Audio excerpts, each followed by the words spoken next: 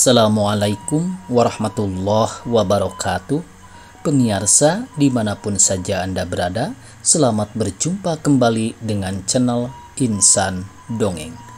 Semoga kita selalu ada dalam lindungan Allah Subhanahu wa Ta'ala. Amin ya Allah ya Rabbal Alamin.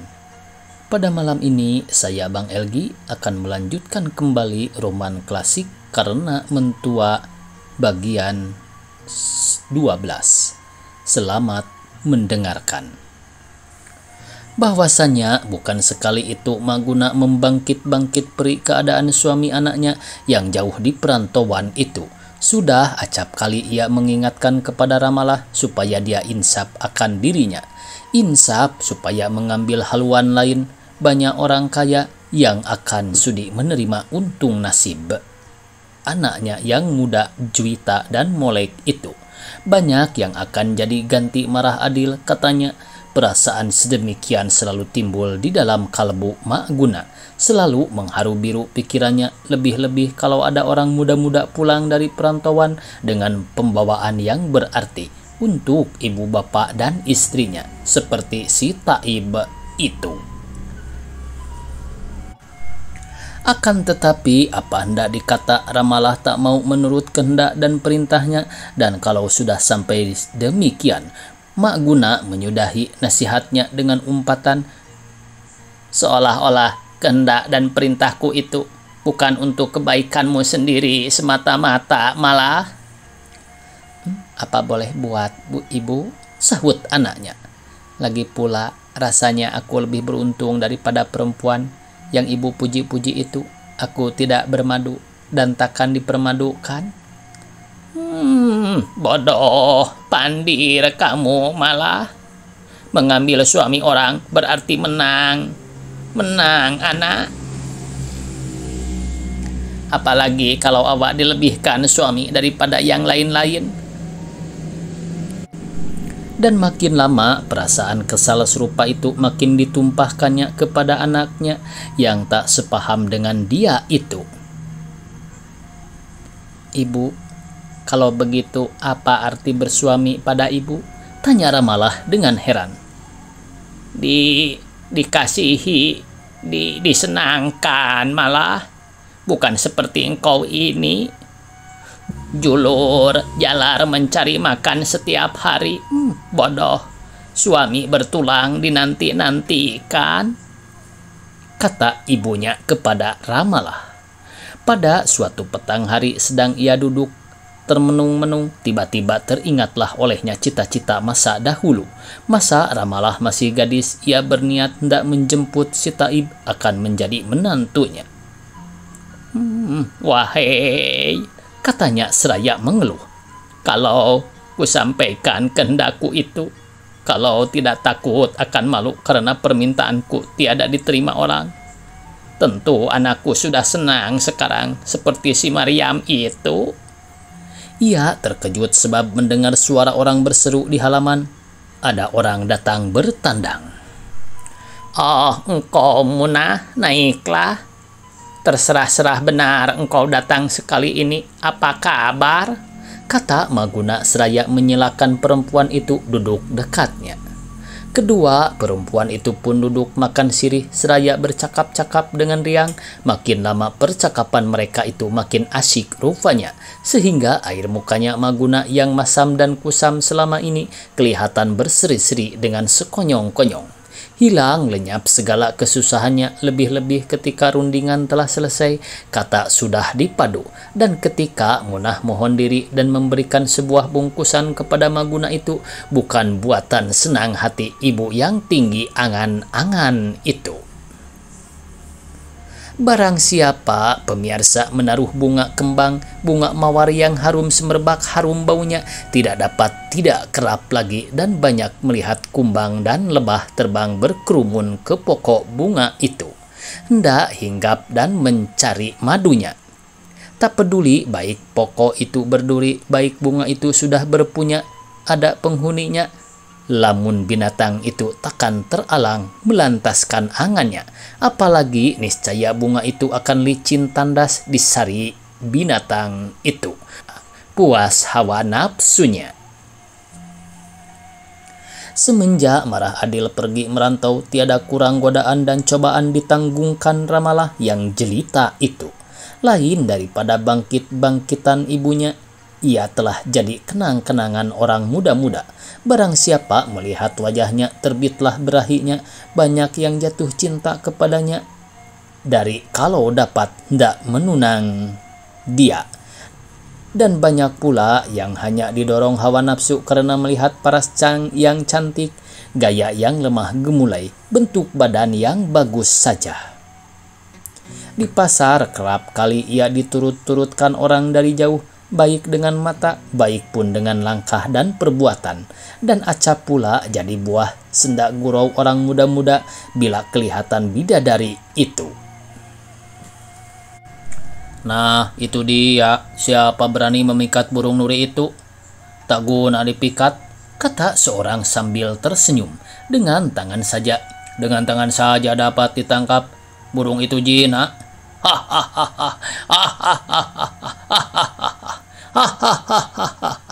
Kata kawannya sambil tertawa. Jina-jina merpati kawan, didekati dia terbang. Oh, jadi sudah kau coba mendekati dia, Rasul? Kata kawannya sambil tertawa pula. Awas engkau.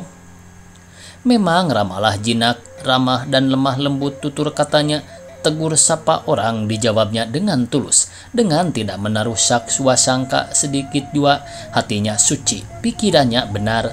Jadi sebagai anak yang belum banyak berpengalaman di atas dunia ini, sangkanya orang suci dan benar seperti dia pula. Akan tetapi lama-kelamaan ia pun insaf akan dirinya, sudah dapat membedakan mana kata-kata yang lurus benar, mana pula yang beri ipuh. Oleh karena itu tak heran jika ia sudah jarang kelihatan di pasar, sudah berketika benar-benar pergi ke sawah atau ke ladang. Burung nuri yang biasa lepas dan terbang di udara ke sana kemari dengan tiada menaruh khawatir sedikit jua itu sudah mau tinggal dalam sangkar saja, sebab takut akan kena bencana. Kerja sawah sudah kerap kali digantikannya dengan kerja menyulam dan merenda di dalam rumah. Dalam pada itu pikirannya acap kali melayang jauh-jauh. Suaminya tiada luput daripada kenang-kenangannya, kasih cintanya kepada Marah Adil bertambah mendalam dan bercampur pula dengan perasaan iba belas kasihan. Karena aku, katanya dengan sendirinya, sedang jarum bermain di atas rendanya. Karena aku, Kak Marah pergi membunuh-bunuh diri ke negeri orang, supaya aku boleh menyerupai istri orang, ya. Apa katanya waktu akan berangkat? Sayang akan bininya ditinggalkan. Benar, kerap kali datang suratnya yang membayangkan isi dadanya, menyatakan cintanya tiada berubah-ubah terhadap kepadaku. Akan tetapi Ramalah tidak dilanjutkan. Ia termenung sejurus, air matanya meleleh di pipinya yang merah jambu itu dengan tiada diketahuinya. Jarum dan jahitan terlepas dari tangannya. Ramalah diharu biru pikiran yang mengerikan diri dan meremangkan bulu romannya. Wahai, katanya pula seraya menghindarkan rambut yang tergerai ke mukanya. Dahulu ketika ia ada di rumah, hatiku senang setiap hari, manja seperti anak-anak. Tetapi sekarang sudah banyak timbul bencana. Seorang pun tak ada yang akan mempertahankan daku. Tak ada yang akan melindungi diriku. Seorang pun tak ada tempat aku minta tolong. Tempat menumpahkan perasaan dan penanggunganku. Ibuku, ya beliaulah yang teramat mengejutkan hatiku. Ia berdiam diri pula, mukanya pucat tetapi tiba-tiba merah pula, dan dadanya pun turun naik dengan kencang. Alamat dia berang amat. Ia pun berkata pula dengan keras, tetapi tidak kedengaran oleh orang lain, sebab ia hanya seorang diri saja. Seraya menggelengkan kepalanya. Laki-laki? Bagaimana sajakah gerangan perasaan laki-laki itu? Rupanya tak ada sedikit jua pandangnya, tak ada malu segannya kepada kami perempuan. Bangsa yang lemah ini. Sangkanya kami ini sebagai bunga yang tumbuh di tepi jalan raya. Boleh dipetik sekalian orang. Heran. Kalau kami sudah berpunya, sudah bersuami seperti aku ini. Suamiku itu laki-laki juga, bukan? Nah, tidak segankah orang kepadanya? Dan kalau kepadanya tidak, karena ia miskin, tetapi kepada orang sekampung, kepada mama-mama jauh, dan terutama kepada Allah, ya Jungjunan, bahwasanya pergaulan hidup manusia di atas dunia ini kalut-malut benar. Ramalah yang jelita itu mengeluh, menarik napas panjang. Ia teringat akan nasibnya yang malang, dihinakan oleh laki-laki, ditawar-tawar orang seperti barang dagangan. Dan ibuku, mengapakah beliau sampai hati pula memperdalam luka hatiku? Mengapa beliau terperdaya akan harta? Gumam Ramalah. Pada malam sesudah Maguna berunding dengan Munah, ketika Ramalah masih duduk di atas tikar habis sembahyang maghrib, dan seluruh badannya yang indah masih tertutup oleh kain telekung, hanya mukanya yang bulat bagai bulan purnama raya itu saja kelihatan. Ia pun dipanggil oleh ibunya. Dengan segera ia bangkit berdiri seraya mengangkatkan kain telekung ke bahunya. Ketika itu kelihatanlah lengannya yang bulat licin bagai lilin dituang. Ia berjalan ke dekat ibunya yang duduk dekat sebuah kamar, lalu berkata dengan hormatnya, "Apa, Ibu?" "Duduklah dekatku ini, ada yang hendak kukatakan malah."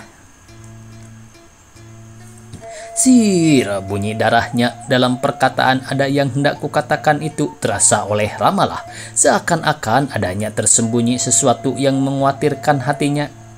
Seirus antaranya, ibu pun mengambil sebuah bungkusan dari belakangnya. Bungkusan itu bersalut kertas minyak yang licin dan tipis, hampir-hampir terbayang keluar isinya. Dengan perlahan-lahan ikatannya dibuka oleh Mak Guna. Tali terurai kehitam-hitaman warnanya, serupa kain solo. Kain itu diangkat oleh Mak Guna, dibukanya dengan jari yang agak gemetar lipatanannya. Lalu nampak pula sebuah kotak kecil 4 segi, hitam seperti kayu berpamur. Di dalam bungkus berbungkus pula. Katanya seraya tersenyum dan memandang dengan sudut mata kepada anaknya yang termenung berdiam diri. Kotak kecil itu pun dibuka oleh Mak Guna, lalu tampak sehelai rantai emas bergelung mengelimantang kena sinar damar sebagai kelayar yang melingkari sebuah medalion kecil. Demi rantai emas itu diangkat oleh jari yang bertambah gemetar, medalion itu pun menurut ke atas, tergantung dan terayun-ayun sehingga sinar permatanya gemerlapan kilau-kilauan. Tiba-tiba muka marah Adil terlukis di hadapan mata Ramalah, hilang segala khawatir, lalu ia berkata dengan suara tertahan-tahan, "Bagus benar barang itu, Ibu. Kiriman Kak Marah. Bila datangnya?" Kain dan rantai itu pun dipegang oleh Ramalah. "Coba gantungkan medalion itu, bagus bukan? Ya, permata berlian, hidup benar sinarnya. Meskipun kecil, coba pakai pula. Pandai benar ia memilih. Sesuai benar warnanya dengan kulitmu. Bagus begitu malah. Tapi hindarkan tongkolokmu sebentar, nah. Sebentar. Nah, membayang medalion itu dari dada ke lehermu. Bersemarak cahaya mukamu malah." Sambil menunduk menilik-nilik medalium berpermata berlian yang menghiasi dadanya dan mematut-matut kain panjang batik Solo yang seakan-akan memalut pinggang yang ramping dan tergantung sampai ke tumit yang bulat bagai telur burung itu, berkatalah Ramalah dengan senyum manis. Bersambung. Billahi taufiq wal hidayah. Wassalamualaikum warahmatullahi wabarakatuh.